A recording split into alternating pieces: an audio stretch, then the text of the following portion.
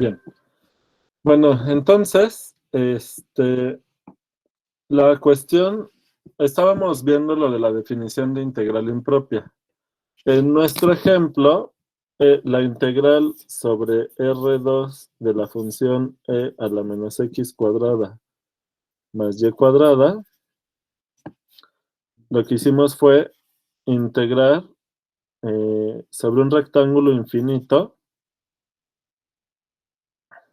con el cambio de coordenadas, ¿verdad? Bueno, le voy a poner así, para más rápido ahorita. ¿Sale?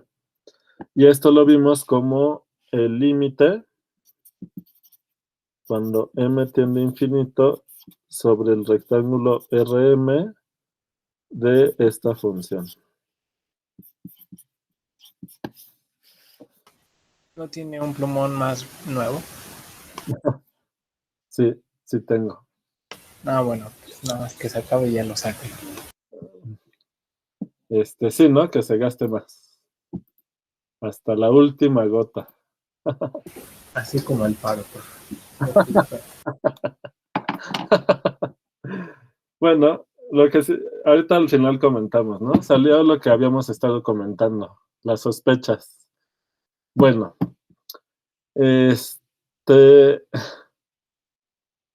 entonces, en el boceto que les había dado de definición, lo habíamos tomado con el límite cuando R tiende a infinito de la integral sobre la bola de radio R con centro en algún punto x0 de la función, el límite, cuando R tiende a infinito, esto va a ser la integral sobre R2 de F. Y si tomamos la intersección con el dominio, va a ser la integral sobre A. Pero nosotros aquí lo que estuvimos haciendo es integrar sobre rectángulos, no sobre bolas. ¿Qué es lo que ocurre? Que mientras, por un lado, la unión de estas bolas nos da todo R2. De manera que cuando intersectemos cada una de estas bolas con el conjunto A, o el dominio en cuestión de la función, la unión de todas esas intersecciones nos vuelve a dar el conjunto no acotado. Entonces, por ahí todo está bien. Entonces, ¿qué va a ocurrir? Que eventualmente, para una bola de radio R suficientemente grande, la bola va a contener este rectángulo, el rectángulo Rm. Y con el teorema del rompecabezas, pues la integral en esta región va a estar bien y el problema pues va a ser el resto. Pero nuevamente, para una m suficientemente grande, el rectángulo Rm va a contener a la intersección de la bola de radio R intersección con el conjunto. ¿Sale? Entonces, dada esa doble contención, realmente no va a importar qué conjunto estemos tomando para sacar la integral impropia. El chiste es que el límite exista cuando el conjunto va, digamos, cubriendo todo, ¿verdad? ¿Sale? No nos vamos a meter ya con todos esos detalles porque ya necesito empezar con integral de línea. Entonces ya nada más vamos a terminar con ver esto de aquí. Entonces ya, retomando esto, la definición la vamos a dar así. Sea f de un dominio en Rn. Ahora sí vamos a permitir que sea igual a R. ¿Sale? El dominio intersección la bola de radio R con centro en x0 es Jordan medible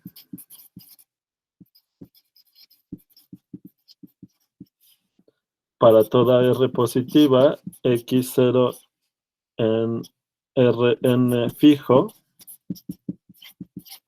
¿sale?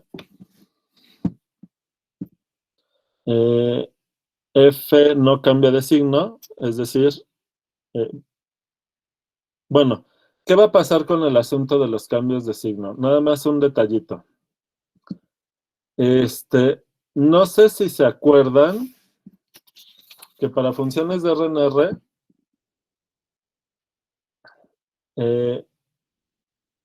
ustedes acuérdense que pueden, para toda serie, tomar una función cuya integral impropia es la serie de una cierta sucesión. Entonces, por ejemplo, si toman la sucesión, la función que vale desde n hasta n más 1, la función constante f de x les da x sub n con x en el intervalo n, n más 1 semiabierto. Entonces, lo que va a ocurrir es que la integral impropia, vamos a tomarlo desde n igual a 1, entonces desde 1 hasta infinito de la f, pues va a coincidir con la serie. Desde n igual a 1 hasta infinito de la xn. ¿Se acuerdan de esto?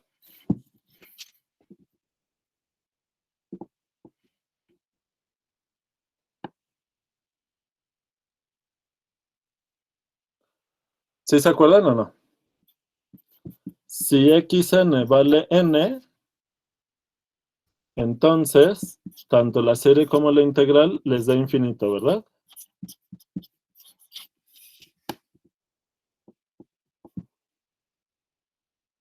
Pero ahora, si toman g de x igual a menos 1 a la n,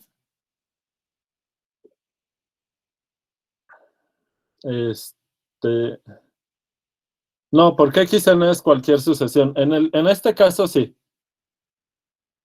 Para este ejemplo, sí. En general es cualquier sucesión, ¿verdad? Ahora si toman g de x igual a menos 1 a la n por esta de aquí, que es n,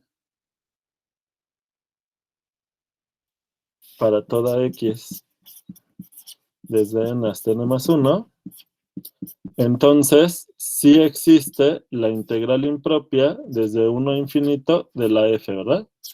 Porque les da la serie, les da la serie alternante. ¿Se acuerdan de esto? Sin embargo, no existe la integral impropia de la f más y de la f menos. ¿Sale? Entonces, les comentaba la vez pasada, en cálculo 2, la integral impropia se puede definir más fácilmente porque, pues al estar en una sola dirección, definir una integral impropia desde un punto hacia infinito es sencillo, ¿sale?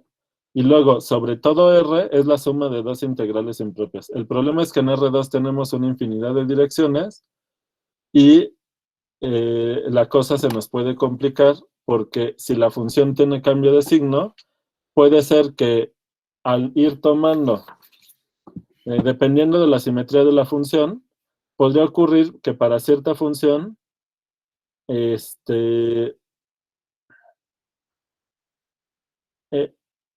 esta,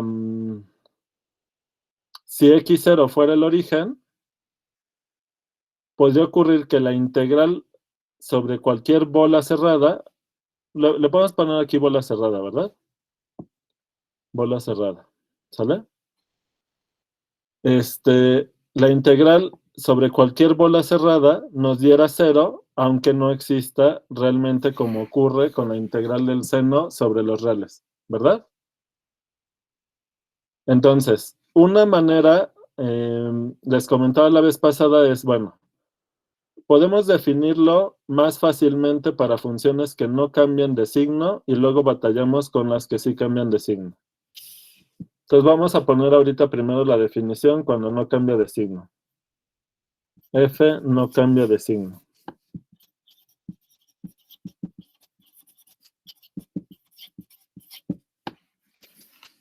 ¿Sale?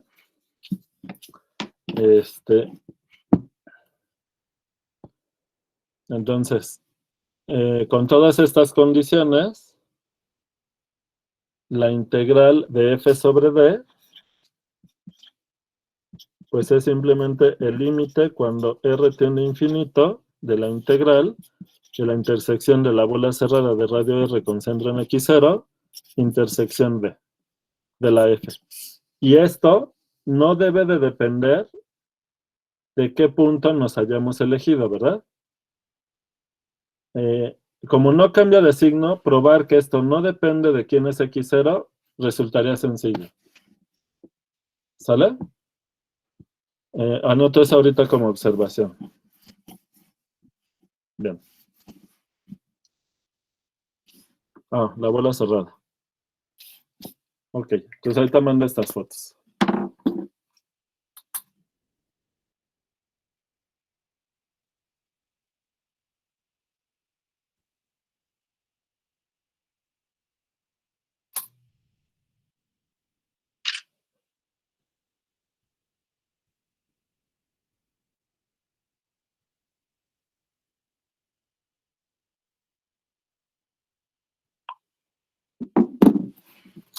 Bueno.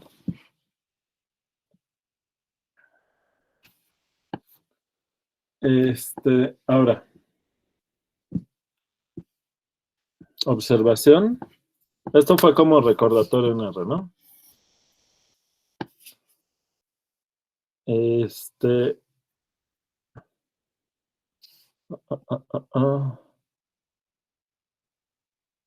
La observación que les dije, ¿cuál era? Sí. Observación. La integral sobre d de f no depende, este límite no depende de la elección de x0. Como f no cambia de signo,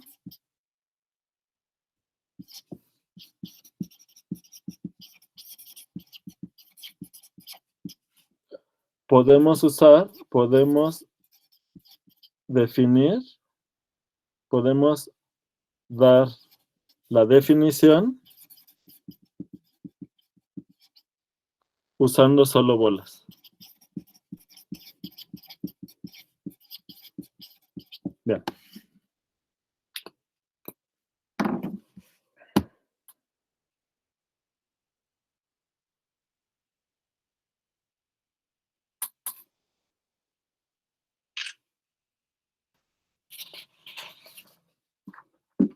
Ahora, definición. Sea f de un dominio en R2 a R. El chiste es que dé seno acotado para que esta definición tenga sentido, igual en la anterior, ¿verdad? No acotado.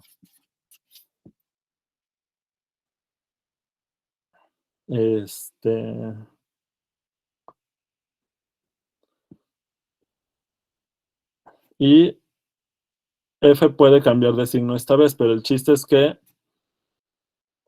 para toda R positiva, la bola cerrada de radio R con centro en x0 intersección D es Jordan medible.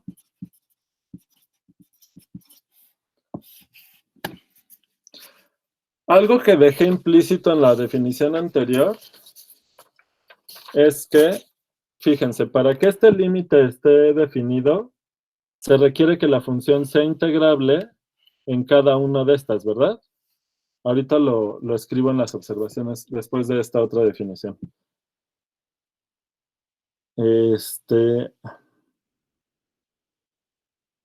Aquí lo voy a hacer explícito de una vez.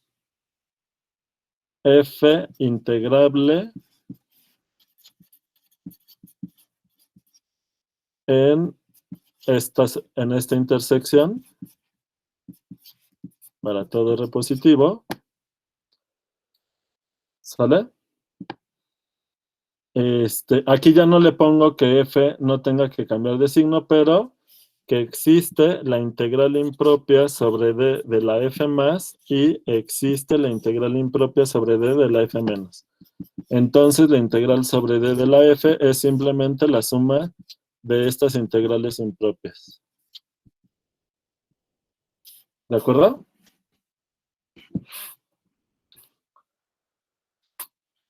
Entonces, con esta definición ya nos permite calcular integrales impropias para funciones de varias variables, integral de volumen para funciones de varias variables, que cambian de signo, pero necesitamos que existan estas dos integrales impropias, y como ocurre en el ejemplo de RNR, puede haber funciones que exista su integral impropia, aunque no exista la integral de la parte positiva y de la parte negativa, o sea, de su f más y de su f menos. Entonces, para eso, si queremos una definición todavía más general, vamos a agregar esta situación. Sea f de un dominio en R2 a R. Obviamente, otra vez el chiste es que D sea no acotado, porque ya la definición para integrales en conjuntos acotados y RAM medibles ya la habíamos dado. Entonces, el chiste de extender la definición de integral con integral impropia es para conjuntos no acotados.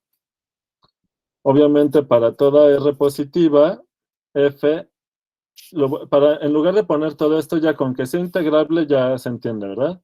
F es integrable en la cerradura de la bola de radio R con centro. Espérenme. Que eso es lo que tengo que cambiar ahora. F es integrable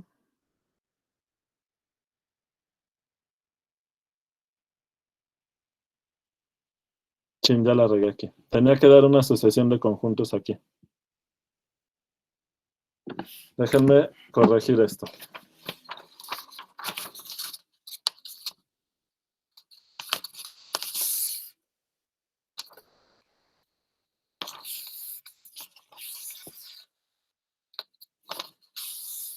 Es que mira,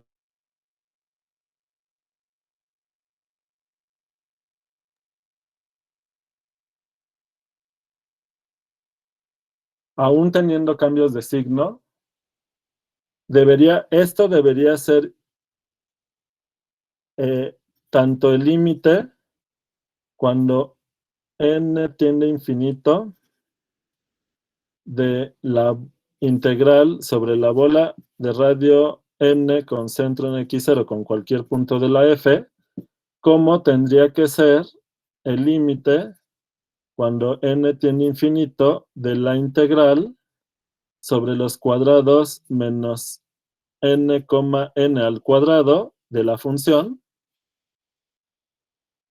Ambos límites tendrían que existir y tendrían que ser iguales. Y lo mismo tendría que ocurrir con la integral sobre cualquier conjunto Jordan medible A sub n, que, bueno, en este caso, un subconjunto de R2 en general tendría que ser subconjunto del dominio. Perdón, el límite de las integrales cuando n tiende a infinito, de las integrales de la función sobre AN, donde la unión de los ANs te da todo, en este caso R2, pero en general va a ser el dominio no acotado. Y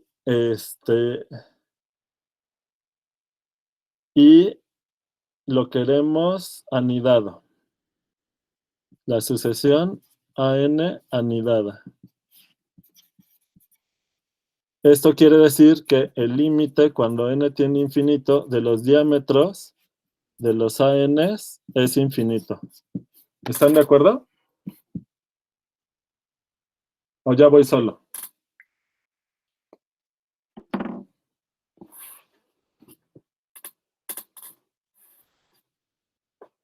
AN obviamente Jordan medible, ¿verdad? Para que esta integral tenga sentido.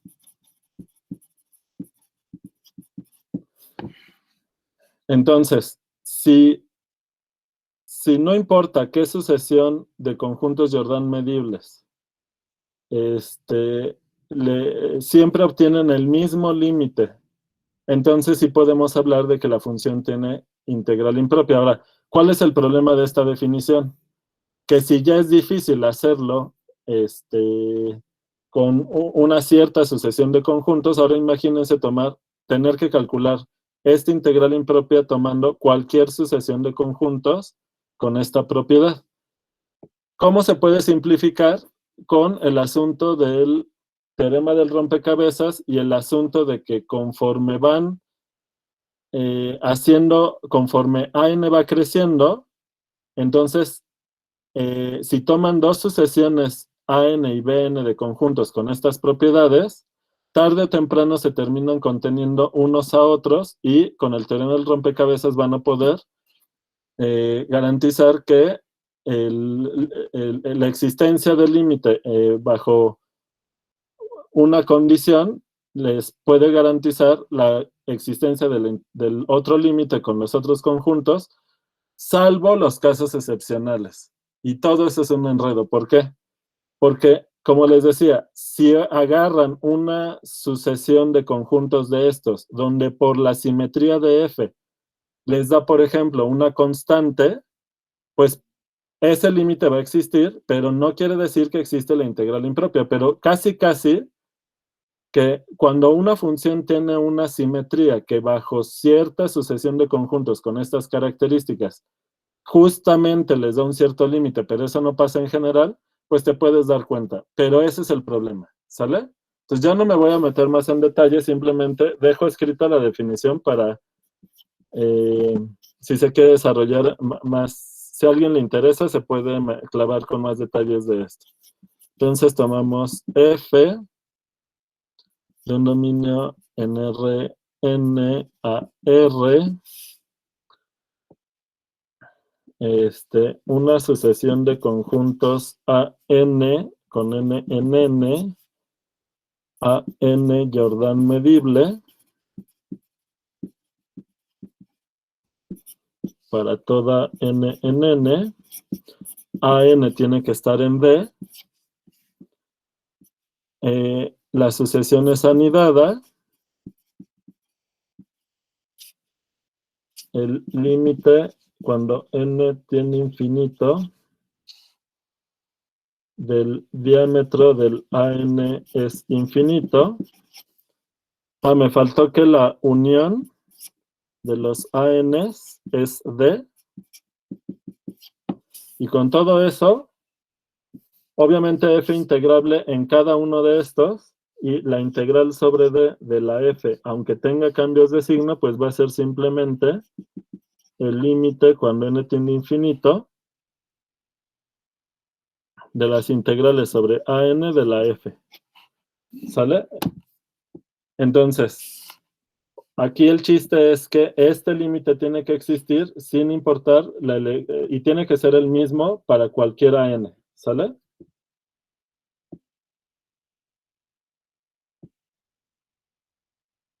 Y cuando esto pasa, sí pensamos que la f es integrable en este conjunto. No me va a caber aquí, entonces lo escribo en otra hoja.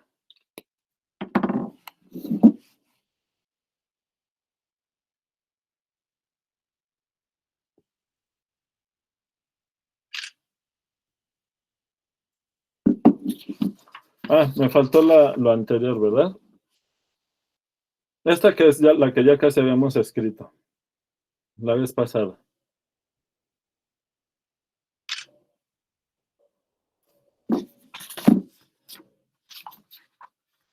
Bueno. Entonces la observación es que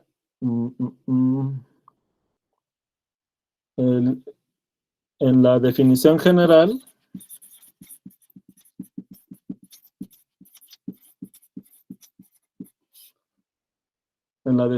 general, el límite debe ser el mismo sin importar la elección de la sucesión AN. Y ahora, para que a ustedes se les simplifique, si llegan a necesitar calcular estas cosas, es que si F no cambia de signo,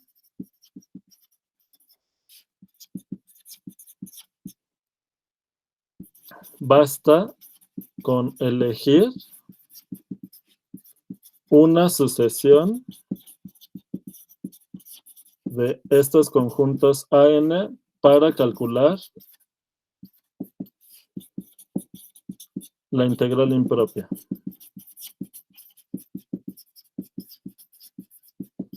¿Sale? Ya no lo vamos a demostrar porque son ya muchos detalles, que ya no nos da tiempo. Esto no creo que tiene que ver ahorita con el paro, y eso es en general, no da tiempo de hacer todos los detalles de esta parte. ¿Sale?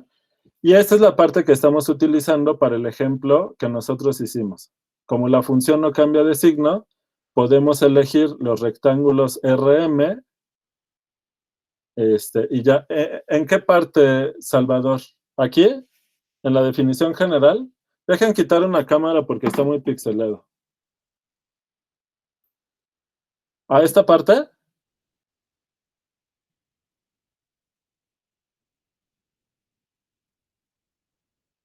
¿Salvador?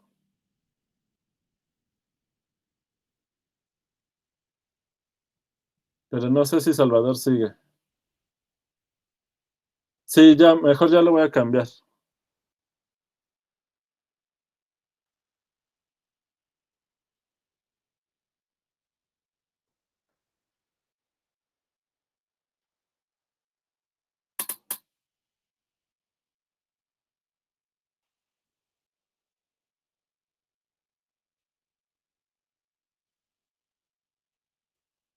¿Salvador, andas por ahí? Ya no. Ah, no, no está. Creo que era su conexión y no ha regresado. Bueno.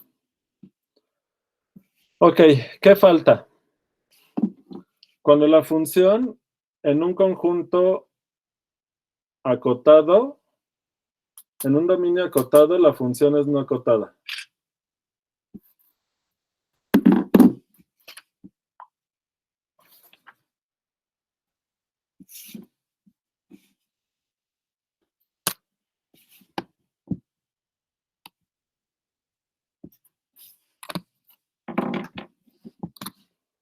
Entonces, sea F de un dominio en Rn a R de Jordan medible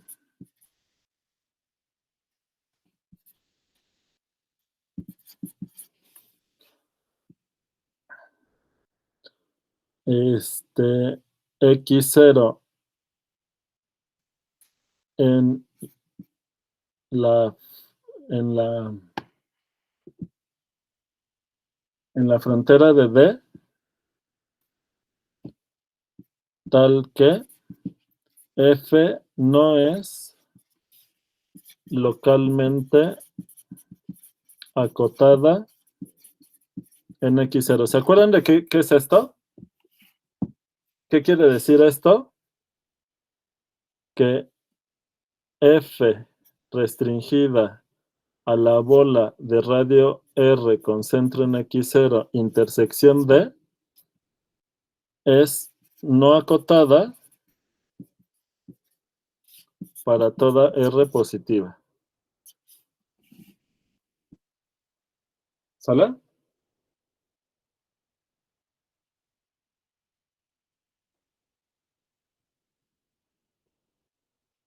ejemplo, tomen la función f de xy igual a 1 entre x cuadrada más y cuadrada. ¿Sale? En el disco unitario, por ejemplo.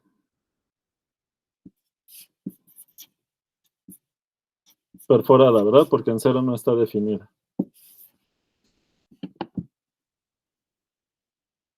¿Sale? Entonces tiene sentido preguntarnos si existe esta integral impropia. Esta es D, ¿verdad? ¿Cómo ven? ¿Existirá?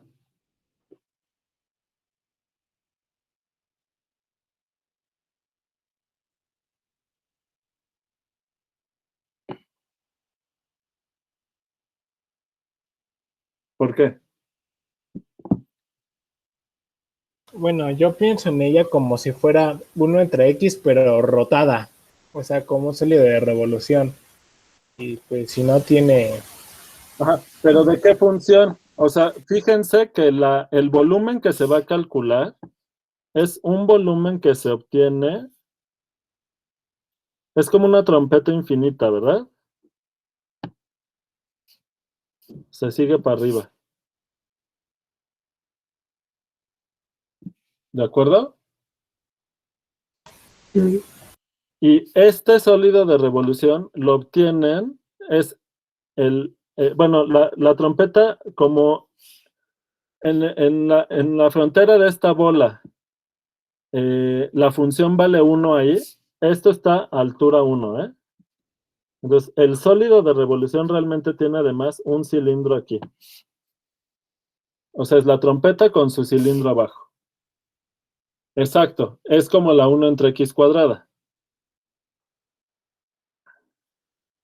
¿Y qué ocurre? Que este sólido de revolución lo obtienen, perdón, este sólido al que le queremos calcular el volumen, lo obtienen como el sólido de revolución de la gráfica de la 1 entre x cuadrada en el intervalo menos 1, 1, ¿verdad? Sí, como una carpa de circo infinita, ¿verdad? O sea, la punta es infinita. Ahora, ¿esta función tiene integral finita en este intervalo?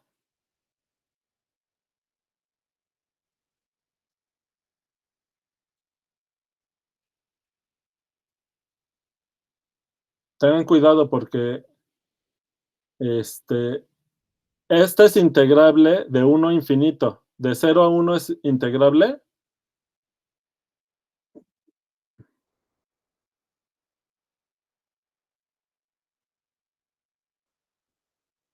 No, ¿verdad? No. ¿Pero cuál sí? 1 entre raíz de x, esta sí, ¿verdad? La forma de la curva es igual, nada más que esta sí es integrable de menos 1 a 1. Esta área es finita. Y como esta área es finita, pues toda esta área es 2 veces esta área, entonces el área es finita. Por lo tanto, el sólido de revolución sí tiene volumen finito, ¿verdad? Sí existe, esta sí existe de menos 1 a 1. La integral impropia, bueno, del valor absoluto aquí, porque si no, no queda bien, ¿verdad? Entonces, ¿cuál es la análoga de esta con dos variables? Pues le podemos meter aquí raíz cuarta, ¿verdad? Porque si le toman raíz, es la función norma, que esa es como una entre la identidad que tampoco integra finito en esta región. Pero si le toman raíz cuarta, ahí el volumen que tienen que calcular del sólido de revolución va a ser el mismo, perdón, el volumen que hay que calcular en esta bola para esta función es el mismo volumen que el sólido de revolución de esta función. ¿Están de acuerdo?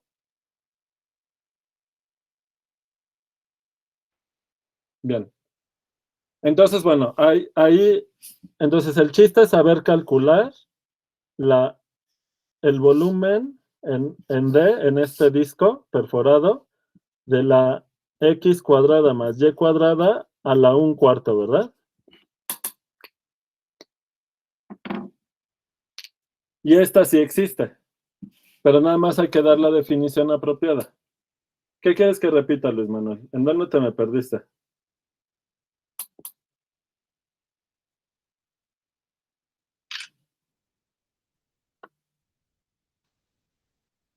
Ah, es que, eh, o sea, ¿tu duda es por qué existe esta integral? ¿La de R en R? ¿Esta tienes duda?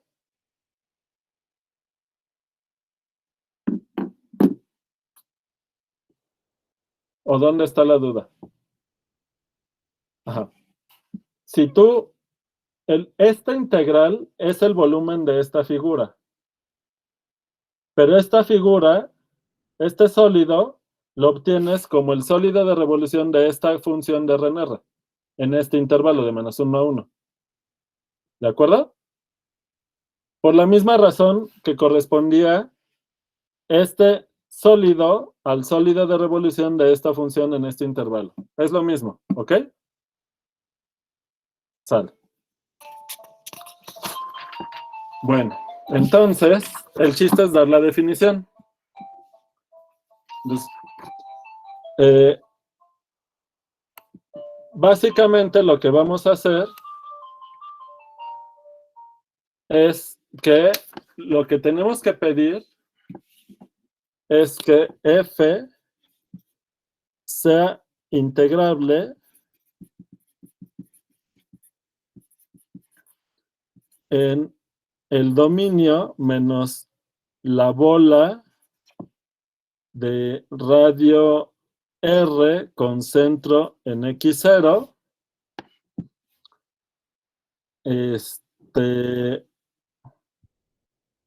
para toda R,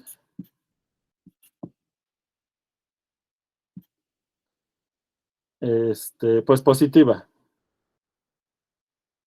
O bueno, suficientemente chico, lo vamos a poner de 0 a R0.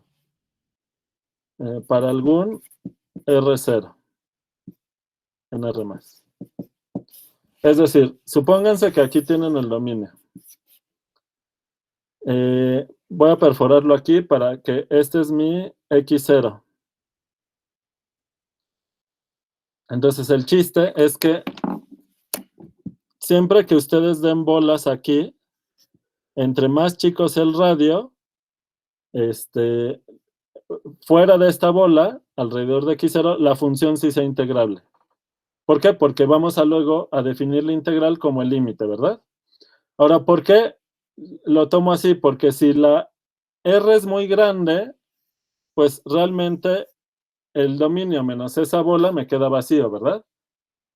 Y bueno, ahí no tiene chiste hablar de esto. ¿Sale? ¿Va? Entonces, ahora sí la definición. O sea, f de un dominio en Rn a R de Jordan medible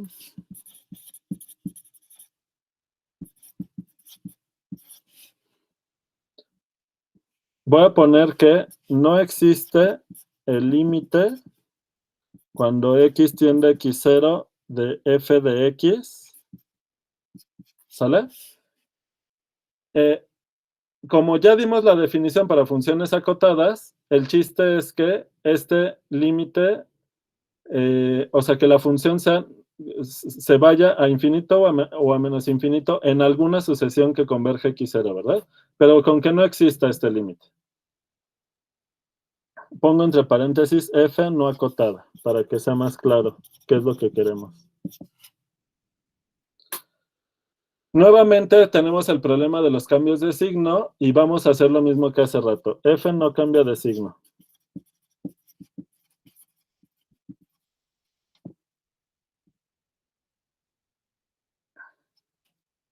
F es integrable en el dominio menos la bola de radio R con centro en X0.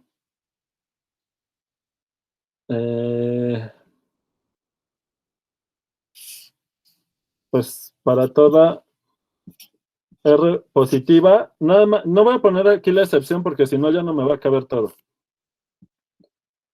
Si esto nos da vacío, ignoramos, ¿verdad? Ignoramos todo.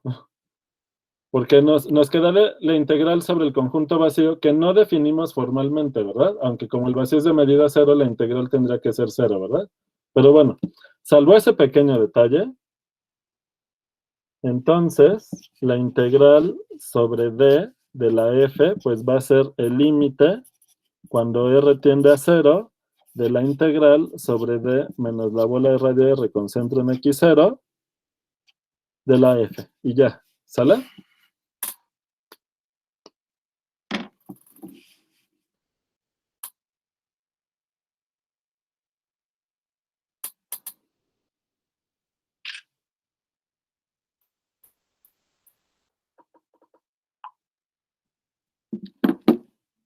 Bueno. ¿Y cómo se le hace para calcular estas integrales? Bueno, pues con los métodos de integración que ya se trabajaron, ¿verdad? Fubini, cambio de variable, básicamente. ¿Sale? O bien, como estábamos haciéndolo aquí, ¿verdad? En este caso, estas integrales son fáciles porque las podemos relacionar con los sólidos de revolución de estas funciones, ¿verdad? O sea, podemos usar las cosas de geometría disponibles, ¿ok? Bueno. Pues si ya no hay dudas de integral impropia, ya me pasaría a integral de línea.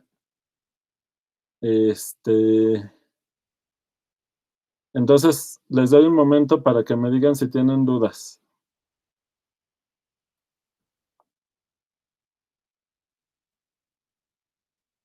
¿Todo bien?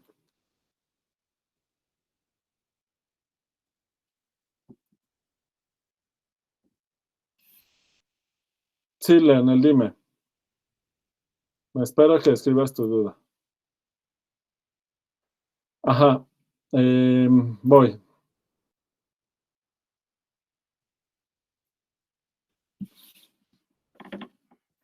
Por el problema de la simetría, Leonel. O sea,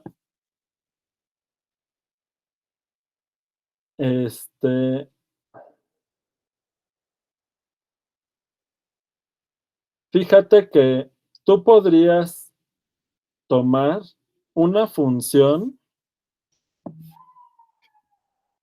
f que sea f de xy igual a 1 entre la norma al cuadrado del vector cuando la x es positiva, o sea, en el semiplano derecho, y menos 1 entre x cuadrada más y cuadrada cuando la x es negativa, en el semiplano izquierdo. Entonces, acá la función es positiva, acá es positiva y acá es negativa y negativa. Pero además es simétrica, ¿verdad, Leonel?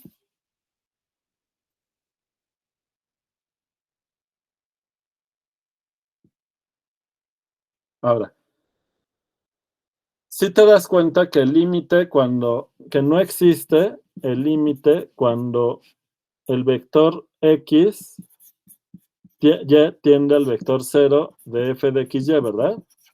Ni es infinito ni es menos infinito. Simplemente no existe. Porque si te acercas al origen desde el semiplano derecho, te vas a más infinito. Y si te vas desde el semiplano izquierdo, te vas a menos infinito.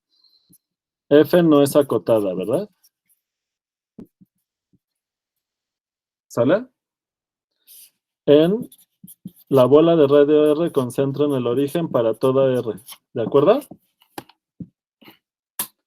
Ahora, Leonel, ¿cuánto vale la integral sobre estas bolas?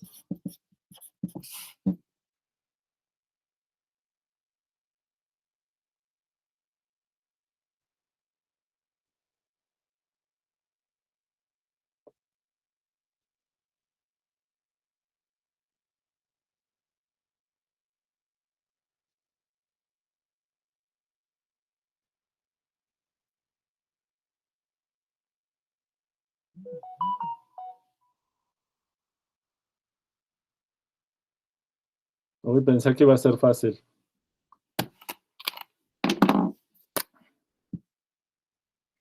Aquí está la bola. ¿Cuánto da esa integral? ¿Alguien? 0, ¿verdad? Por la simetría, ¿sí o no?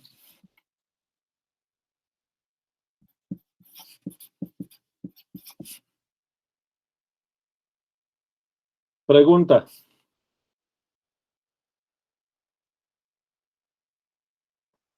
¿Cuánto vale la integral sobre la bola de radio 1 con centro en 0 de esta función? ¿Da 0?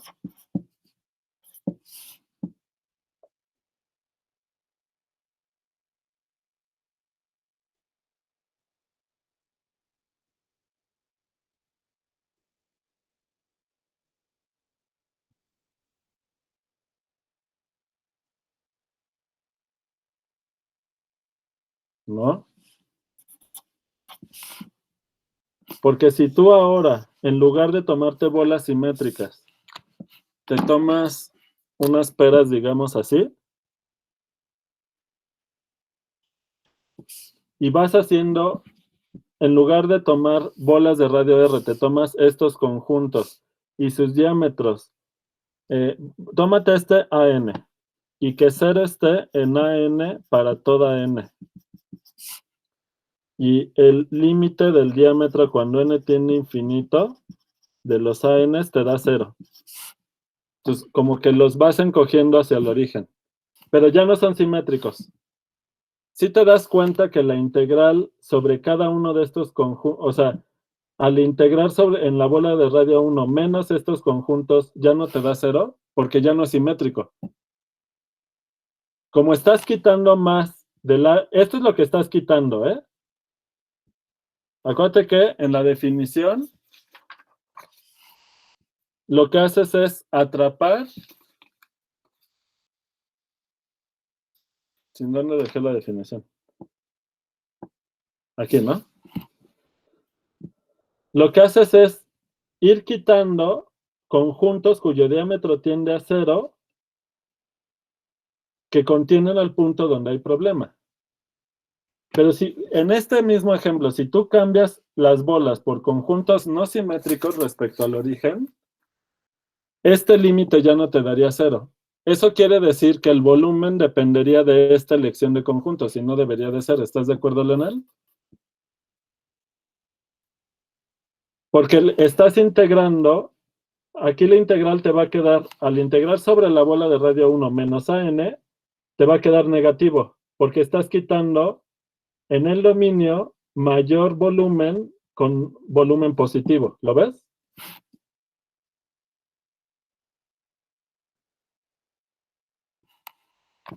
Entonces aquí el límite cuando n tiende a infinito de la integral de la bola de radio 1 con centro en el vector 0 menos AN de la f ya no es 0. Sin embargo, acá te da 0. Por eso es que no existe esta integral impropia. ¿De acuerdo? Entonces, cuando no cambias de signo, tú tienes la libertad de elegir con qué vas a atrapar al punto donde hay problema. Pueden ser bolas, pueden ser rectángulos, pueden ser peras, pueden ser lo que tú quieras. Porque no hay cambios de signo. ¿Sale? ¿Qué pasa cuando hay cambio de signo? Que dependiendo de la simetría de la función, te puede aparecer que, que este límite existe. Ah, bueno, no solo la bola sobre este es 0, sino también la bola de radio 1 con centro en 0 menos estas bolas, también te da 0 por la simetría, ¿verdad? ¿Sale? Entonces, ese es el problema. Cuando las funciones cambian de signo, si tú eliges apropiadamente los conjuntos que vas a quitar, te puede quedar que el límite existe. Pero si cambias de conjuntos, puede que el límite sea otro. Entonces sería raro que el volumen dependa de la elección de los conjuntos que estás quitando. no debería de ser, ¿verdad? ¿Sale? ¿Se entendió, Leonel?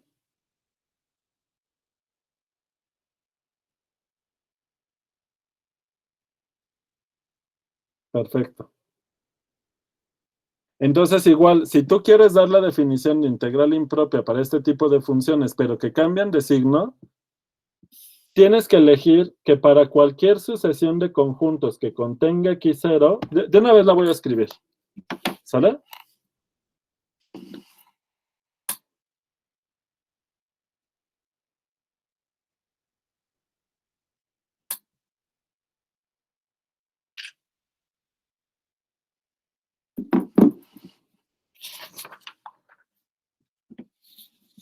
Pues definición. Si tú tienes una función con todas estas condiciones, que es una lata, ¿no?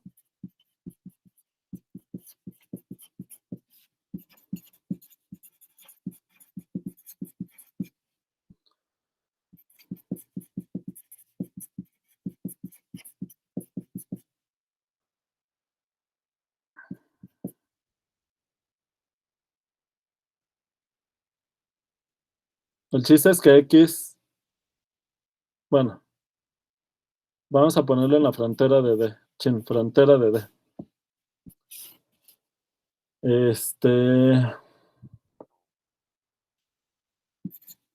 AN, una sucesión de conjuntos tal que x0 está en AN, que está en D para toda n en n, f integrable en D menos AN, el límite del diámetro de AN debe ser 0, ¿sale?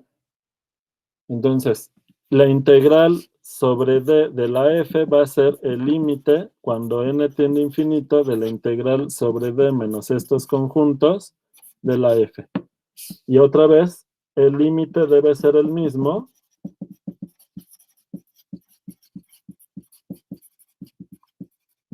sin importar la elección de los conjuntos AN. ¿Está claro?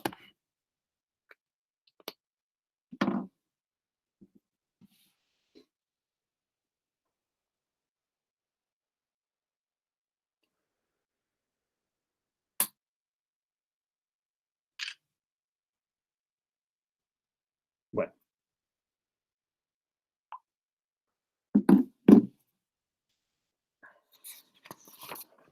Ok, entonces, ¿puedo ya empezar con integral de línea?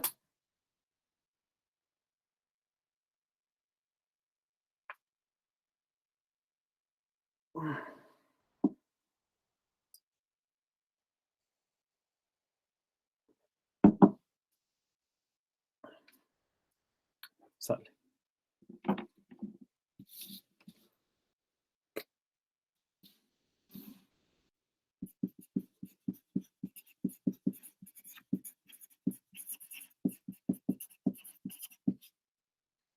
Ok, a ver, ¿hay compañeros que están estudiando física aquí? Déjenme abrir ventanas que ya me estoy cosiendo. Bien, Leonel. ¿Nos pueden explicar qué cosa es el trabajo?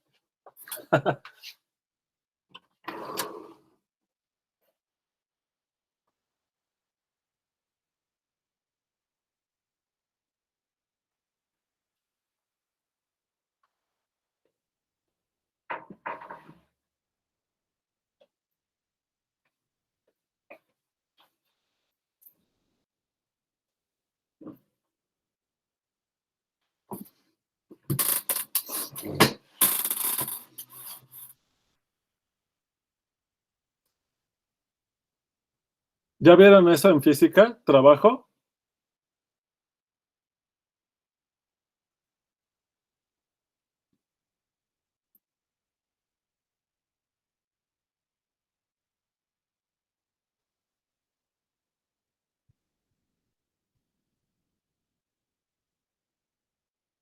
Ah, no, no está muy preciso eso, Marco. Y Luis, a ver, Luis dice que es fuerza por distancia por coseno del ángulo entre qué y qué.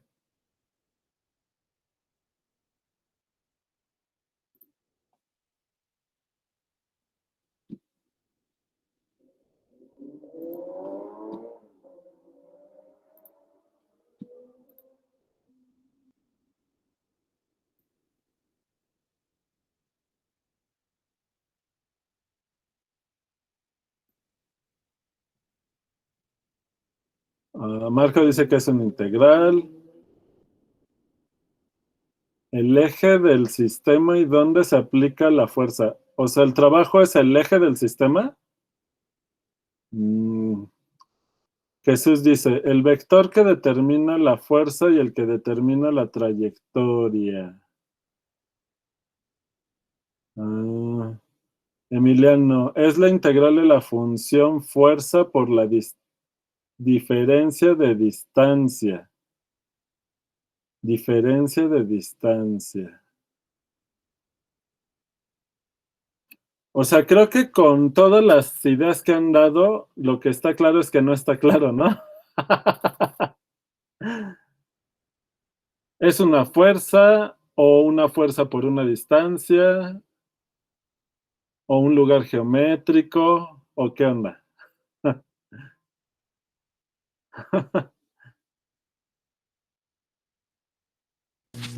No, es que, o sea, uno realiza un trabajo cuando aplica una fuerza al mover un objeto una cierta distancia. O sea, el trabajo depende de la fuerza que se aplica y de la distancia que se movió el objeto.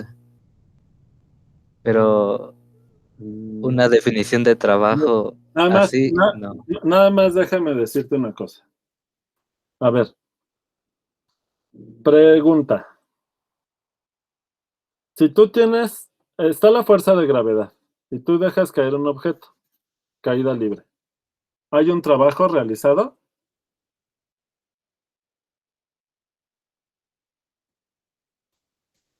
Suponte que llegas al piso con una distancia h.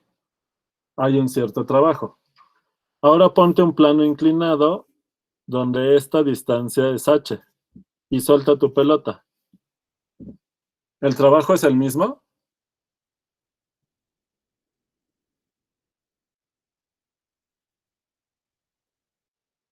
No. ¿Por qué?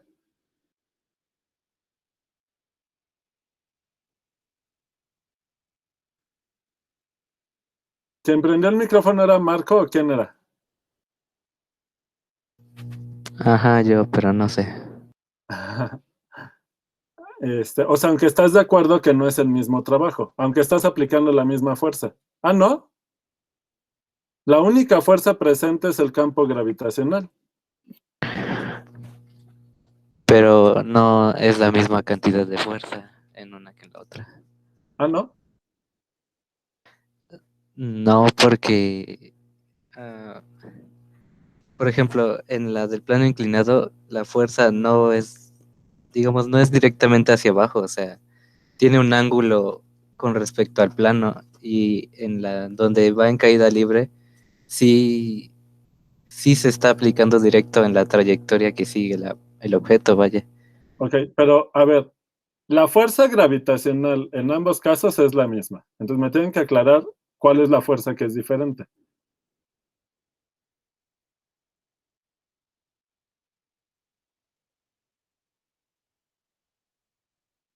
¿Están de acuerdo que el campo gravitacional es el mismo? Porque eso solo depende de las masas involucradas. Suponte que no hay fricción ni en el aire ni en el plano inclinado, Jesús. Es que, o sea, por ejemplo, si el plano tiene un ángulo, digamos, teta, Ujú.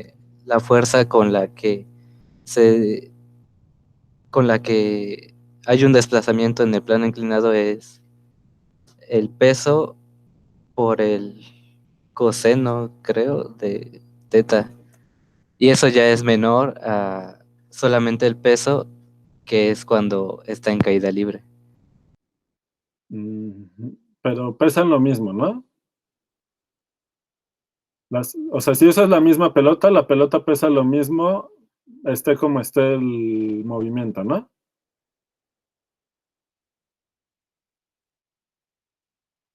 A ver, ¿están de acuerdo que en ambos casos la fuerza gravitacional es la misma?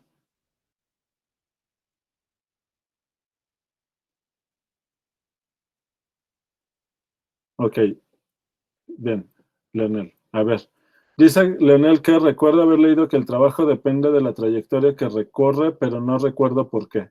Ok, a ver, creo que todos los compañeros físicos presentes coinciden en que el trabajo tiene que ver con una multiplicación que habrá que ver porque en este caso, eh, la- tanto la fuerza como la trayectoria están en R2, ¿verdad?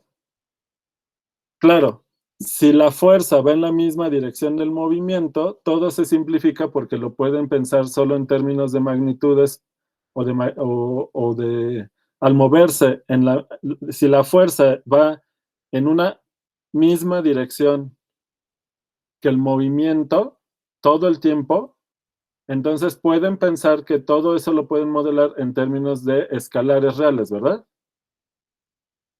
O sea, si todo va en la misma dirección, entonces como no necesitan trabajar vectores en R2 para el planteamiento del problema. Pero si ya la fuerza no va en la misma dirección del movimiento, en este caso ya necesitan pensar que la fuerza es un vector en R2 y que la trayectoria del desplazamiento es una curva en R2. Entonces, lo que no me queda claro es cuando dicen que hay que multiplicar la fuerza por la distancia, en este caso, ¿cuál fuerza y cuál distancia? Pero supongamos que estamos en caída libre y que la trayectoria del movimiento va siempre en la misma dirección de la fuerza. Entonces aquí lo que me dicen es que el trabajo que que hace la fuerza de la gravedad al llevar la pelota de este punto al suelo sería la magnitud de la fuerza por h.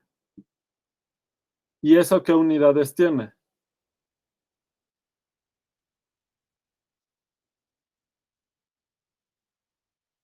¿Qué unidades tiene la fuerza?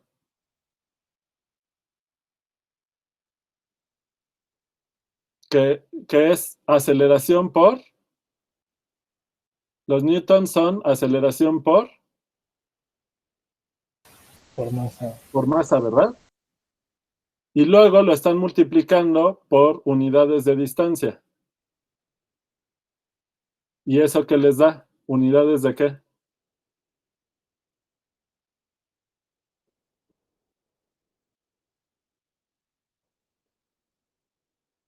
Joules, ¿verdad? Que son unidades de qué, Emiliano? De energía. Entonces, el trabajo es una energía. Ahora, dicho así, eh, hay que tener cuidado, ¿verdad? Porque en física las energías no son como las energías esotéricas, ¿verdad? De la buena energía, la mala energía y esas cosas. ¿Qué cosa es la energía en física? Para que algo pueda ser considerado energía en física, ¿qué debe de preservar? La ley de la conservación, ¿verdad? Por ejemplo.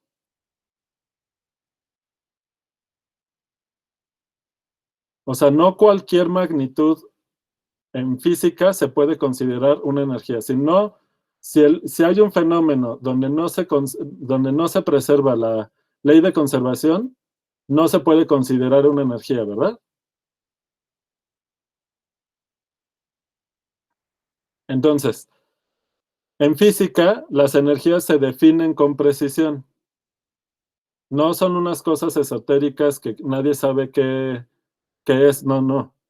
O sea, las energías en física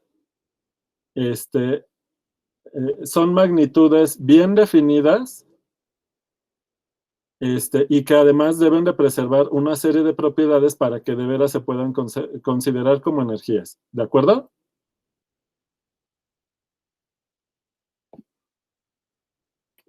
Ahora,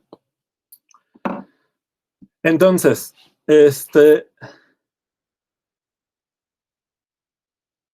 esto del trabajo es pensar como la energía involucrada en, por ejemplo, en la caída libre, es una manera de medir la energía involucrada que se produce al moverse la pelota de un punto inicial al suelo, y es la energía producida por la fuerza, en este caso por la fuerza gravitacional. Pero acá, ¿qué pasa? Que como tenemos un plano inclinado, este sólido genera resistencia sobre la pelota a irse hacia abajo, ¿verdad? Este sólido produce también una fuerza sobre la pelota que evita que se vaya hacia abajo. Esa fuerza que produce esa resistencia del sólido a que la pelota se mueva conforme a la fuerza de gravedad es la que se llama la fuerza normal, ¿verdad?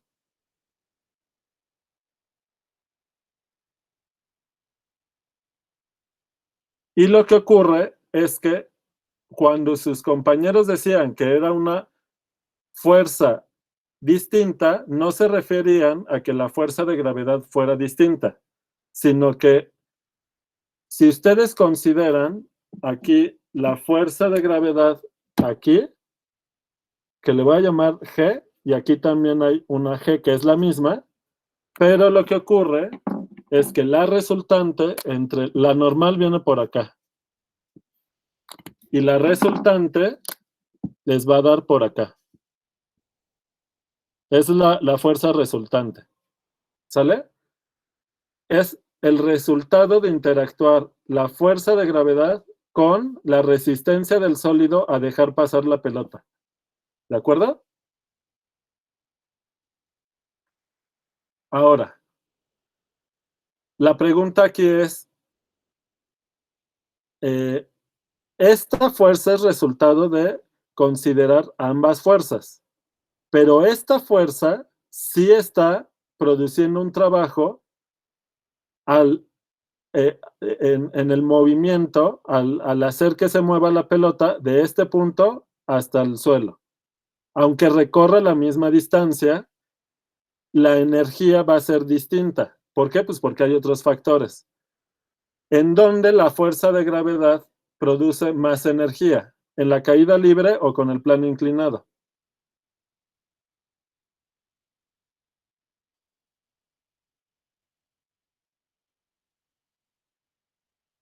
Si nosotros queremos medir la energía producida por la misma fuerza en ambos casos,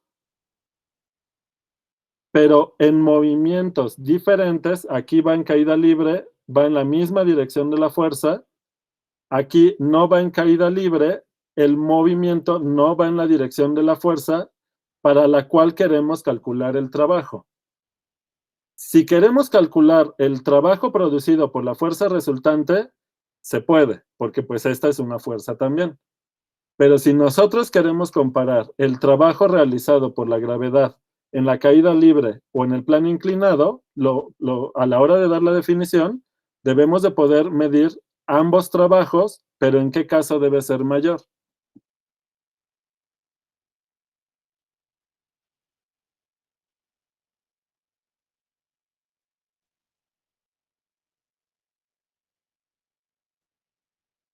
Fíjense, en este caso, la pelota, además de moverse hacia abajo, se mueve hacia la derecha también.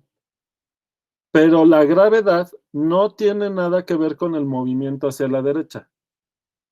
Es decir, que cuando la pelota se mueve sobre el plano inclinado, el total de la energía involucrada por el desplazamiento de la pelota en esta dirección inclinada involucra dos componentes, la que es vertical y la que es horizontal. Pero en la dirección horizontal, la gravedad no tiene nada que ver.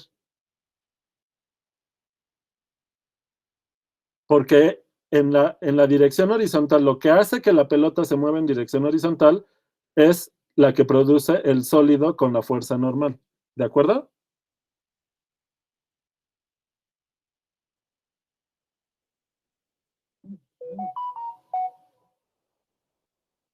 ¿Voy bien o me regreso? Físicos, por favor, díganme si estoy diciendo algo mal.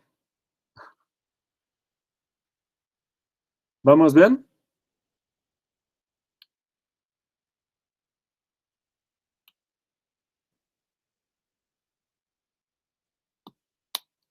Ahora, los que no están en física dirán, ¿y eso para qué lo vamos a ver? Bueno, porque obviamente en cualquier aplicación donde haya involucrada una fuerza, un campo de aceleraciones, un campo de velocidades, etcétera, ya que demos la definición en general, van a ver que tiene, lo que se va a definir tiene aplicaciones para cualquier campo vectorial. ¿Sale? Ahora, ¿de dónde surge históricamente esta definición de integral de línea? Justamente de este tipo de problemas. ¿Sale? Entonces, bueno, por eso lo retomo desde ahí. Y además nos va a ayudar a ir entendiendo la integral que vamos a definir. Bueno, entonces, por favor díganme, si yo quiero medir el trabajo, es decir, la energía producida por la misma fuerza en ambos movimientos, pero en un caso el movimiento va en la misma dirección y sentido que la fuerza, y en el otro no, ¿en cuál de los dos el trabajo realizado por la gravedad es mayor? No puede ser el mismo, ¿están de acuerdo?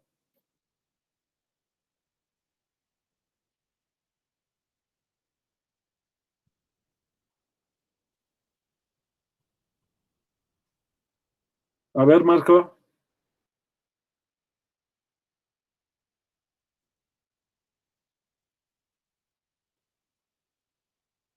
¿tienes el micrófono? Puedes poner tu micrófono porque están muy callados.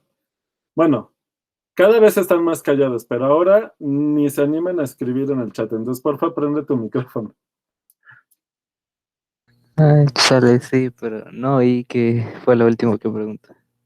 Entonces, en ambos casos, tienes la misma fuerza actuando, la gravedad. ¿De acuerdo? Sí. Pero la trayectoria del movimiento es diferente en cada caso. Si tú quieres comparar el trabajo realizado por la gravedad en la caída libre, ¿cómo es esta energía producida por la gravedad en este movimiento comparada con el trabajo? La W es de work en inglés, ¿verdad? Con la energía producida por la misma fuerza de la gravedad, pero en el plano inclinado. Según yo, es mayor. ¿Cuál? La de la caída libre. Ajá. Ahora, ¿se te ocurre alguna razón intuitiva de por qué? Ah, que pueda decir fácilmente, no, pero Fíjate. es, Ajá, dime. Dime tu idea y ahorita te ayudo. Dime.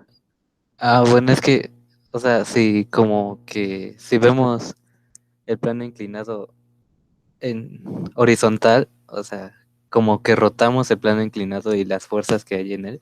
Ujú. Entonces, la componente horizontal de la gravedad es la que hace el movimiento que tiene la pelota en el plano inclinado. A ver, Y ese ajá, es menor que la fuerza de gravedad. bien, a ver.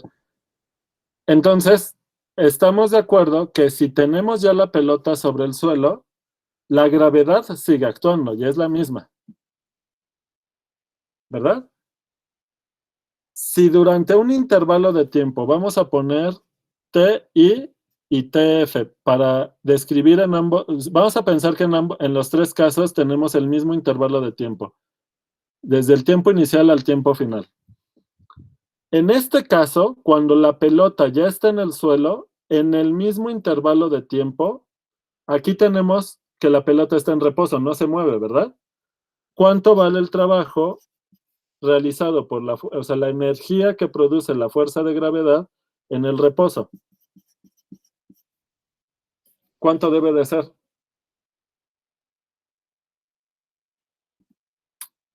¿Marco? 0, ¿verdad? Entonces, ¿qué va ocurriendo? Si ustedes este ángulo alfa lo van bajando hasta llegar a 0, ¿qué va pasando con el movimiento de la pelota? Mientras alfa sea positivo, la pelota sigue bajando. Pero la cosa es que si alfa es muy cercano a 0, pues casi va a llegar el momento en que no se mueve, ¿verdad? ¿Por qué? Porque lo que hace que la pelota no se mueva aquí es que ya el suelo impide que la gravedad pueda mover a la pelota. Entonces, como no le está moviendo, la energía que produce la gravedad sobre algo que no puede mover, pues es 0. Aquí, en el plano inclinado, la pelota sí se logra mover, pero entre más chiquito es el ángulo alfa, más despacito, más lento es su movimiento. De manera que la energía involucrada, la energía que produce la gravedad, en ese caso, debe ser algo muy pequeñito. Mientras que acá debería ser la mayor cantidad de energía, cuando nada le impide que se mueva la pelota en la dirección y sentido de la fuerza de gravedad. ¿Verdad? Entonces, en general, y eso es lo que hace que este trabajo sea mayor a este. ¿Hasta aquí estamos de acuerdo todos? Si nosotros tenemos una trayectoria cualquiera, que si es una trayectoria cualquiera en el plano, pues vamos a involucrar una parametrización que es la función gamma, ¿verdad? Gamma de t. ¿De acuerdo? Entonces, en un punto dado, el movimiento está aquí en gamma de t0. ¿Sale? ¿Cómo vamos a medir el trabajo? Por ejemplo, imagínense que tenemos otra vez el campo gravitacional y que ahora la pelota se movió así. ¿Cómo vamos a calcular la energía? Vamos a pensar que aquí está gamma de TI y acá está gamma de TF. Y bueno, todo es gamma de T. Entonces, ¿cómo se va a calcular el trabajo de la fuerza gravitacional a lo largo de la trayectoria gamma? Esto es igual a ¿cuánto? Este es el problema que tenemos. Entonces, ¿de qué depende esto? Bueno, esto tiene que depender de cómo es, de acuerdo a esto que estamos diciendo aquí, en cada momento, esto depende de el ángulo del movimiento que hay, el ángulo que hay entre el movimiento y la fuerza involucrada. Que en este caso, la fuerza de gravedad, pues sería una flechita para abajo, ¿verdad? Aquí está G. Una vez que sepamos cómo medir el trabajo para una fuerza constante, vamos a ver si podemos hacerlo para fuerzas variables. Pero vamos con un caso fácil, en que la trayectoria es variable, o sea, no es la misma, la dirección de la trayectoria no es la misma, aunque el campo sea constante. ¿De acuerdo? Ahora, si quieren antes de hacer eso, ¿cómo podemos simplificar todo?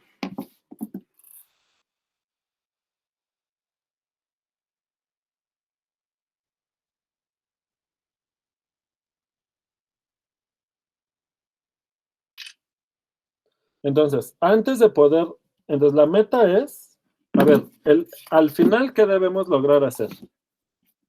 Entonces, el objetivo final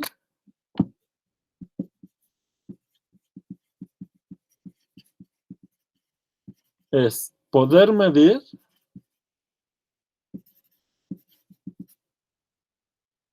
el trabajo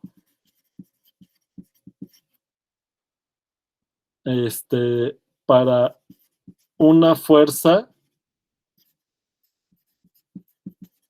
variable en magnitud y ángulo con una trayectoria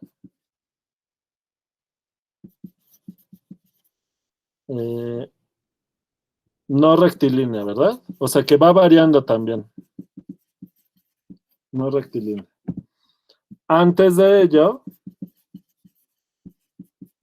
veamos casos simplificados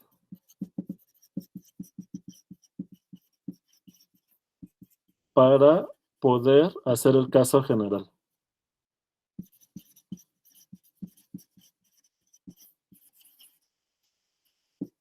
Entonces, ¿qué casos tenemos? 1. Fuerza constante y movimiento rectilíneo. 2.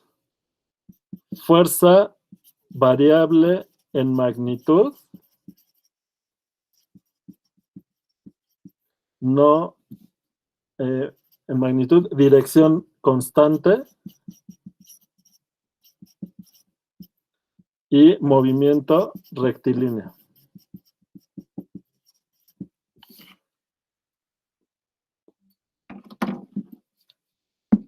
Luego,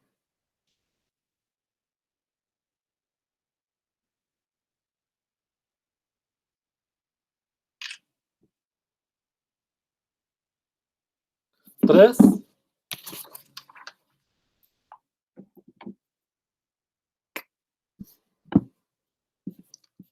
F constante, todo, o sea, magnitud y sentido y dirección, pero trayectoria no rectilínea. Y el último ya es todo variable, ¿verdad? Todo variable. Ya, no hay nada constante, ¿verdad? Entonces, hay que hacer los primeros casos para poder llegar al último, al caso más general, ¿de acuerdo?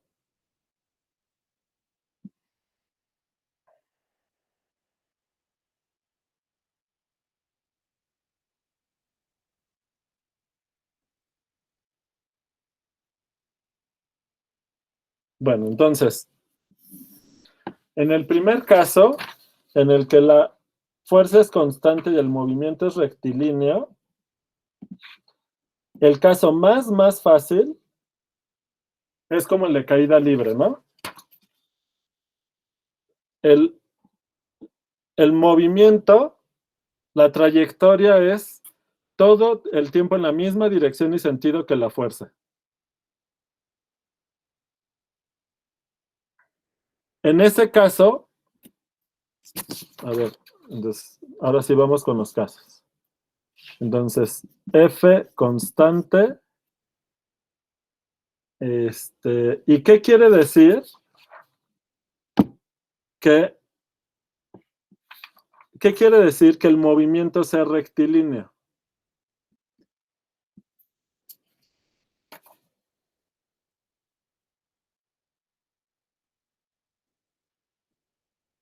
Ajá, pero, bueno, trayectoria recta.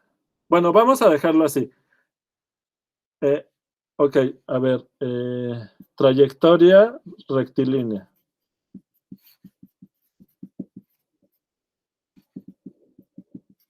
A ver, el caso más fácil es, por ejemplo, F que sea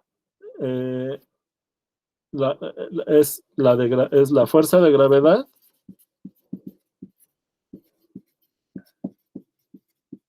y caída libre. En este caso, el trabajo, ¿cuánto les da?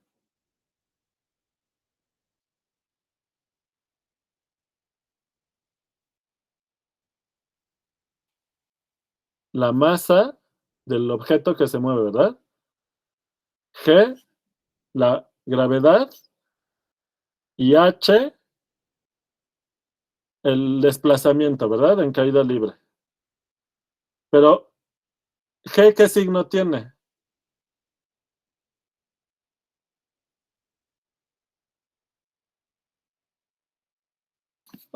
Entonces pregunta, Jonathan, si te mueves en la misma dirección y sentido que la fuerza, ¿esperamos un trabajo negativo?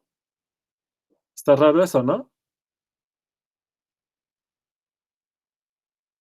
Por eso, en la caída libre, la dirección del movimiento es la misma que la de la gravedad y además en el mismo sentido. Pero depende del sistema de referencia. Fíjate que no importa el sistema de referencia que tomes, la dirección del movimiento es la misma que la de la fuerza y además en el mismo sentido, sin importar el marco de referencia.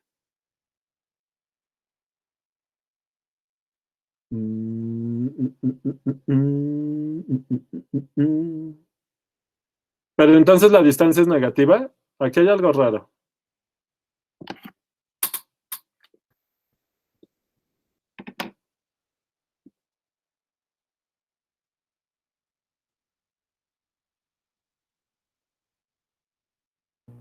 No, es que es mg por h final menos h inicial. O sea, a Y ver, ¿esto es un real o un real positivo? La H. depende. En este caso que queremos simplificar todo. Negativo. ¿La H? Sí, A ver, porque la posición final sería cero respecto al suelo y la inicial sería la altura a la que se encuentra. Entonces cero menos la altura que se encuentra es menos la altura que se encuentra por el menos de la gravedad, ya es positivo el trabajo.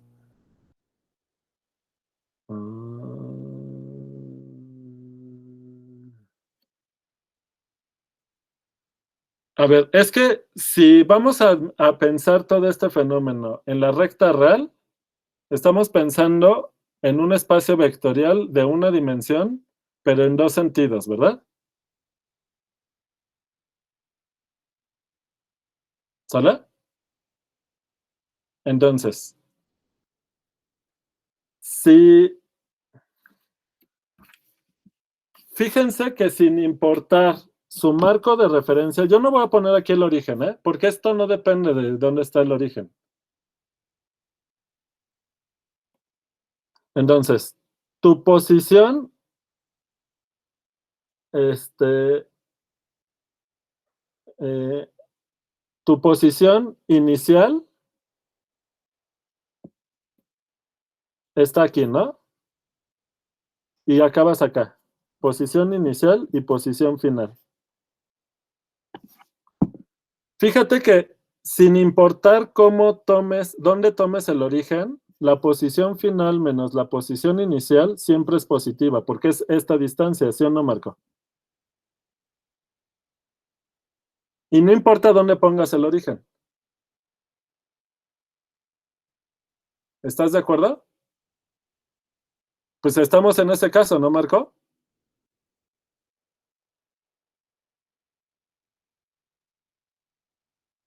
En que el movimiento es rectilíneo.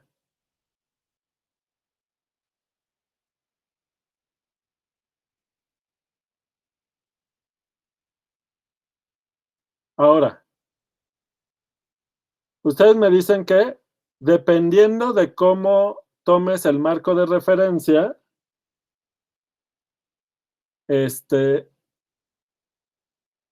el, ¿a dónde apunta la fuerza de gravedad? Y yo digo que no, porque si estás en caída libre, no importa dónde esté tu origen ni nada, la fuerza de gravedad es constante en cada punto, pero apunta hacia donde te moviste en la caída libre. En cada punto el campo es así, constante, pero hacia la derecha, que es hacia donde te moviste con la caída libre, ¿sí o no?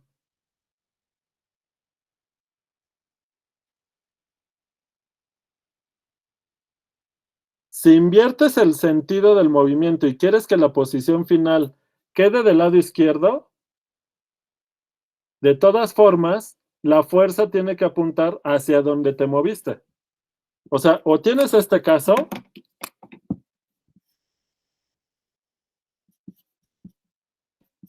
o tienes este caso. Pero en la caída libre siempre la fuerza va hacia donde te moviste, ¿sí o no?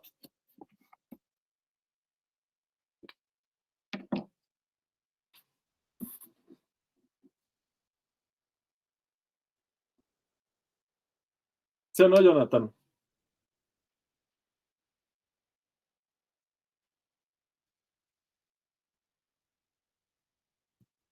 Pero en este caso, ¿qué pasa? Si tú tomas aquí la posición final menos la inicial es ¿qué tipo de real es este? ¿Positivo?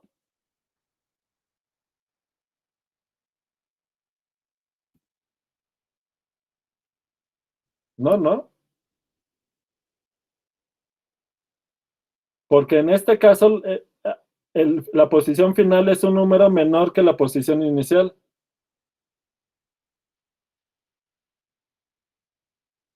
Cuando es mayor, sí, la resta es positiva. Pero si el orden es al revés, esto es al revés, ¿no, Jonathan? ¿Sí, no?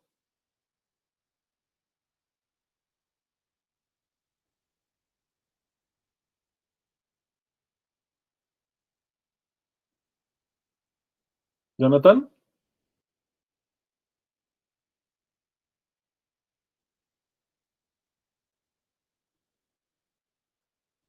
Y si en este caso tu gravedad la estás considerando negativa, acá las tendrías que considerar positiva. En este sistema de referencias positiva, en este sistema de referencias negativa, pero en ambos casos el trabajo es G por PF menos PI, que esto es positivo.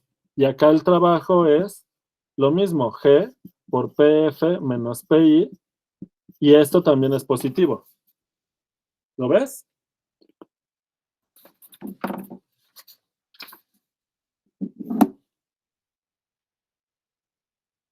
Sí ven que no depende del marco de referencia, y eso es porque es una de las cosas que se quiere, ¿verdad? Que la energía que estás midiendo no dependa de eso. O sí debe de depender del sistema de referencia.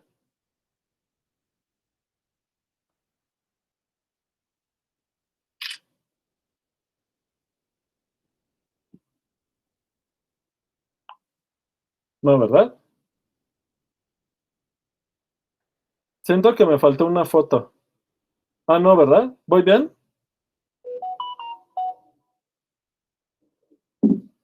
Bueno.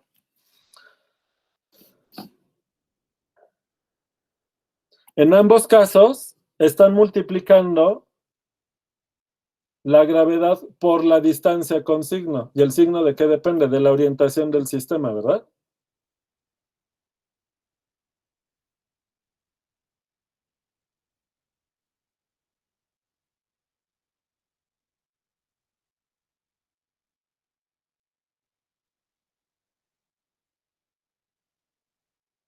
¿Sale? Ahora.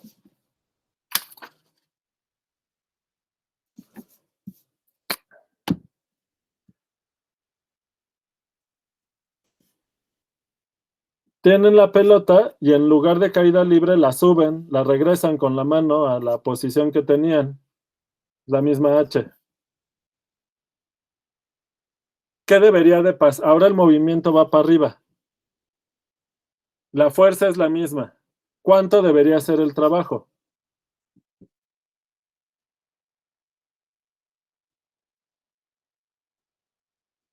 el sentido del movimiento es contrario al sentido de la fuerza. Entonces debería de cambiar de signo, ¿verdad? ¿Y qué debe de quedar? Menos, sin importar qué orientación tomen, por eso le pongo valor absoluto a la G, y la distancia recorrida, que es la H. H es la distancia recorrida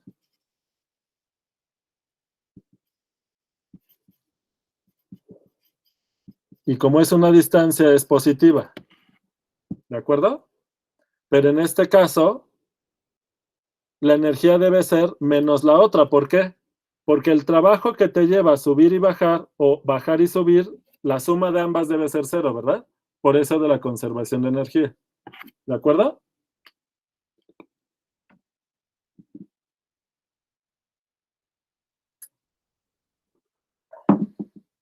Bueno.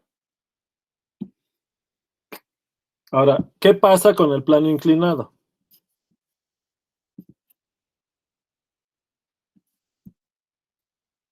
Ah, no, antes de llevarlo a R2, perdón.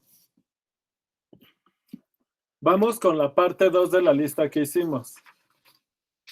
¿Dónde dejé esa listita? Está acá. Entonces, vamos a variar la fuerza solo en magnitud y vamos a dejar el mismo movimiento rectilíneo.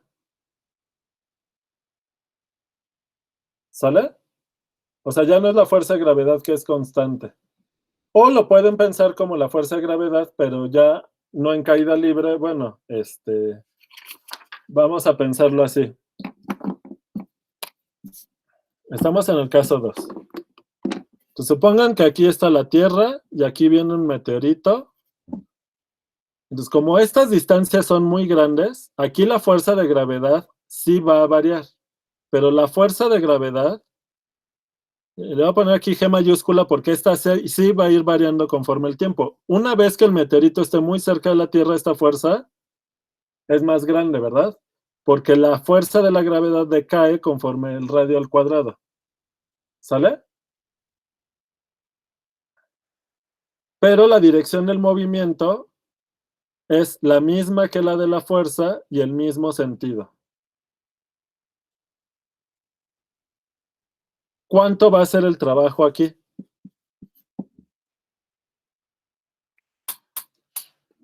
Bueno, pues si quieren para simplificar, tenemos aquí el tiempo inicial, el tiempo final, y vamos a pensar que en este caso, como la fuerza de la gravedad va creciendo conforme la distancia se va haciendo chiquita de orden cuadrático, lo voy a dibujar así. Así se vería más o menos la gráfica de la fuerza, ¿verdad?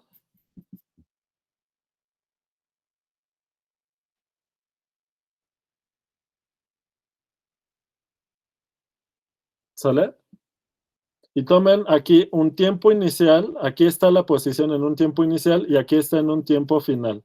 De manera que solo deben de fijarse en esta distancia. ¿Cuánto va a ser el trabajo? Entonces, lo que hay que hacer es apoyarnos en el caso anterior para hacer la aproximación.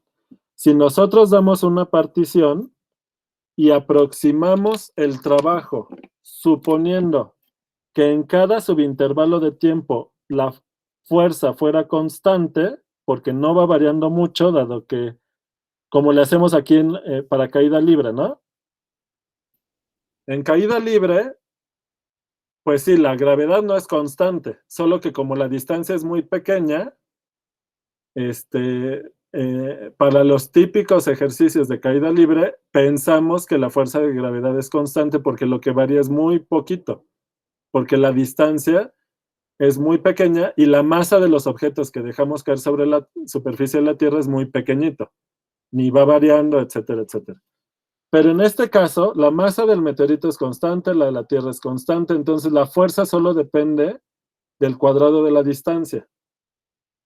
Pero para intervalos de tiempo pequeños podemos aproximar el trabajo pensando que es constante. Entonces, ¿qué vamos a hacer? Pues que esto aproximadamente el trabajo va a ser aproximadamente, ¿qué cosa? Aproximadamente. Pues la suma de la fuerza de la gravedad en un punto psi i por la distancia recorrida, que es dada la partición, va a ser xi menos 1, desde i igual a 1 hasta n. ¿Esto qué cosa es? Pues es una suma de Riemann para la función de la fuerza con una partición P y una elección de puntos xis.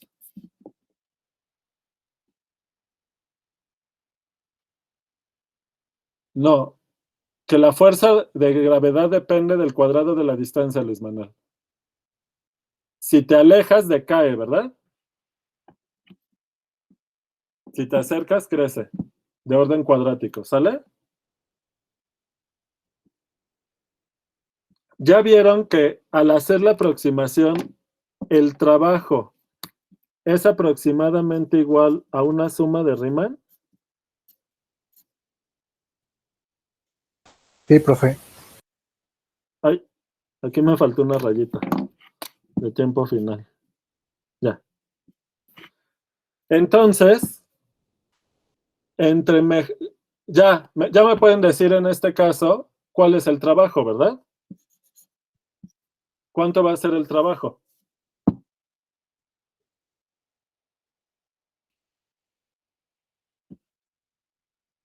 Pues la integral, ¿verdad? Sobre el intervalo tiempo inicial, tiempo final de la fuerza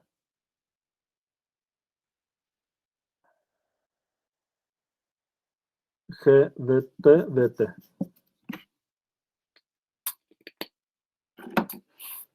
¿Sale?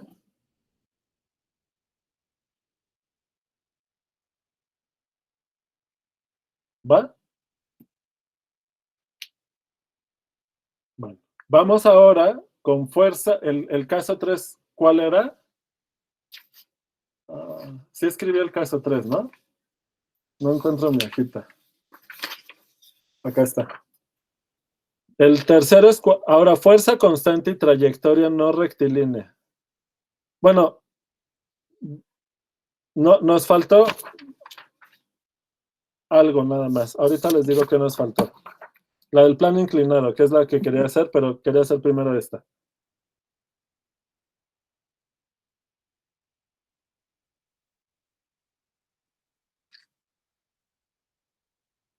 Entonces, nada más una observación del caso 1. Me regreso al caso 1. Entonces es fuerza constante en dirección y sentido y movimiento rectilíneo, pero en direcciones diferentes.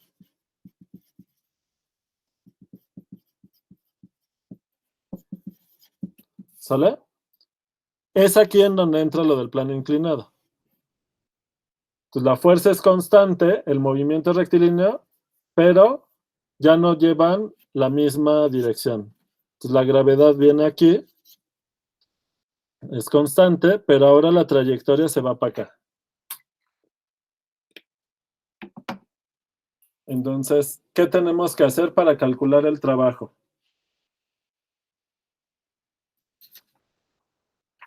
Aquí está, ¿no? Aquí está multiplicada por la distancia, ¿no? Emiliano.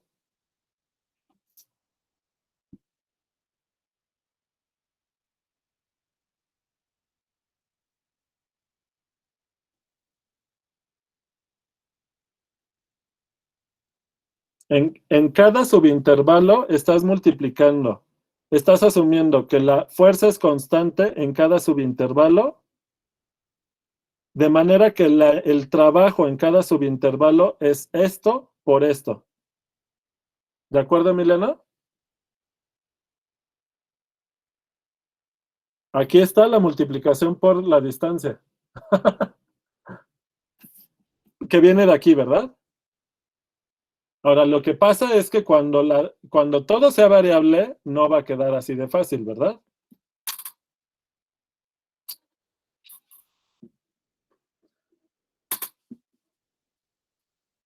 Acuérdate que estamos aquí en caso de que la dirección del movimiento es la misma que la de la fuerza y en el mismo sentido. ¿Va? Por eso salió así de fácil. Cuando todo cambie va a quedar distinto. Y ya se me está acabando el tiempo. Ya, nada más en este. ¿Cómo va a quedar?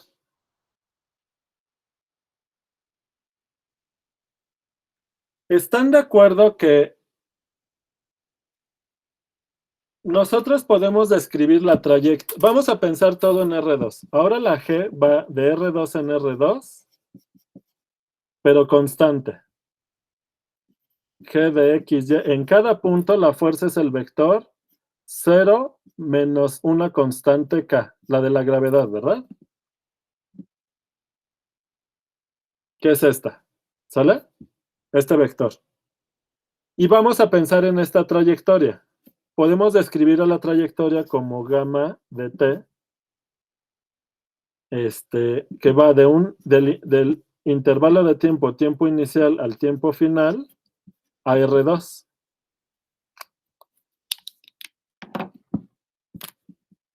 En este punto tenemos gamma de TI y en este punto tenemos gamma de TF. ¿Sale?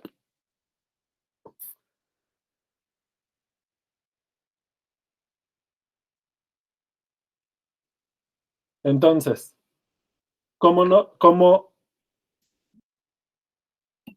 en este caso, el trabajo depende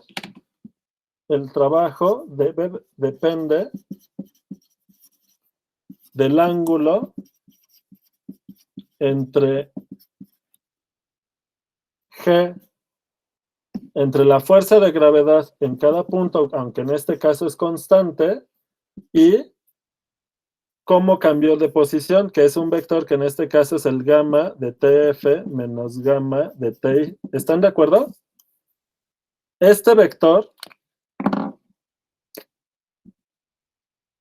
es todo esto.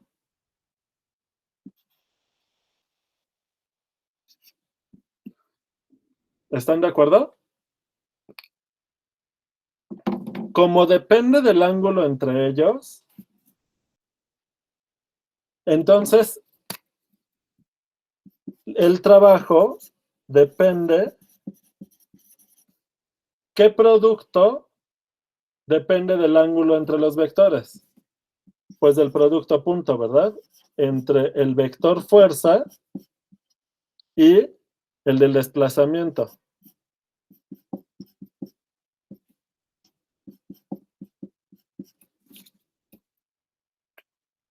¿Están de acuerdo?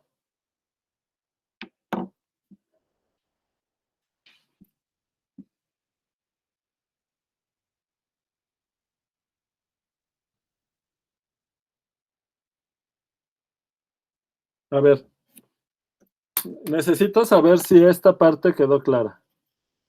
¿Por qué la energía o el trabajo va a depender de este producto punto? ¿Están de acuerdo que esto depende del ángulo entre estos dos vectores, verdad?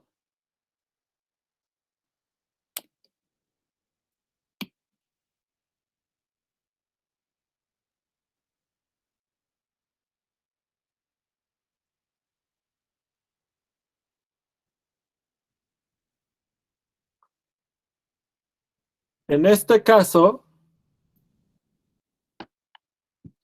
¿cuánto debería ser el trabajo?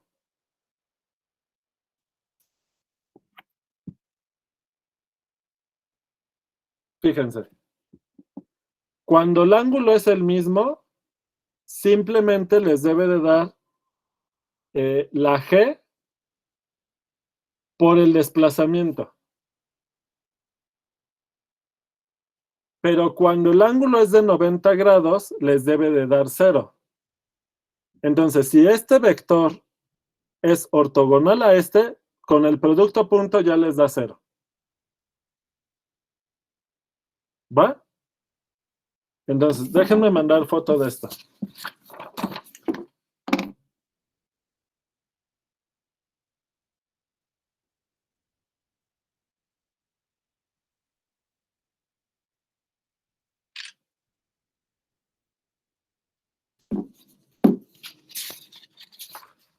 A ver. ¿Qué les da en este caso g de x, y punto gamma de tf menos gamma de ti? ¿Qué les da? Fíjense. La primer coordenada es 0. Y aquí está la constante de la gravedad. Punto este vector. Pero este vector tiene 2 coordenadas. La posición inicial en la dirección X, perdón, la final, le voy a poner YF, XF menos, ay, al revés, X aquí y Y acá. Y acá es XY, YY. Estas son las coordenadas en la posición final y en la posición inicial, ¿de acuerdo? ¿Y qué les da? Este 0 por la diferencia de esto les da 0. Entonces les queda menos K por YF menos Y. ¿De acuerdo?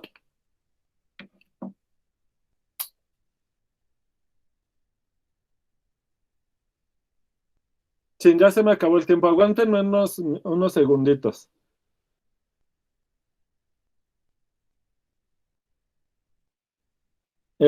¿Cómo debe de quedar todo para que coincida con el caso de la caída libre? Cuando el ángulo entre los vectores es 0.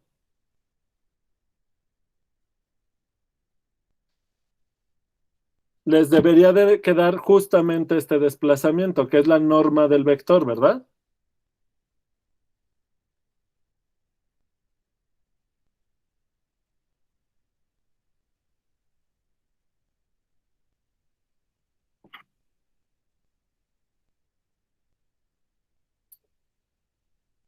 Nada más tengo una duda con el signo. Bueno, para ya no, como ya voy sobre el tiempo y ya aquí tenemos que tener cuidado con el signo, mejor lo retomamos el viernes, ¿sale? Me parece. Bueno. Apago la grabación, profe. ¿Ya mandé esta foto? Sí, ya la puedes apagar. ¿Ya mandé esta foto?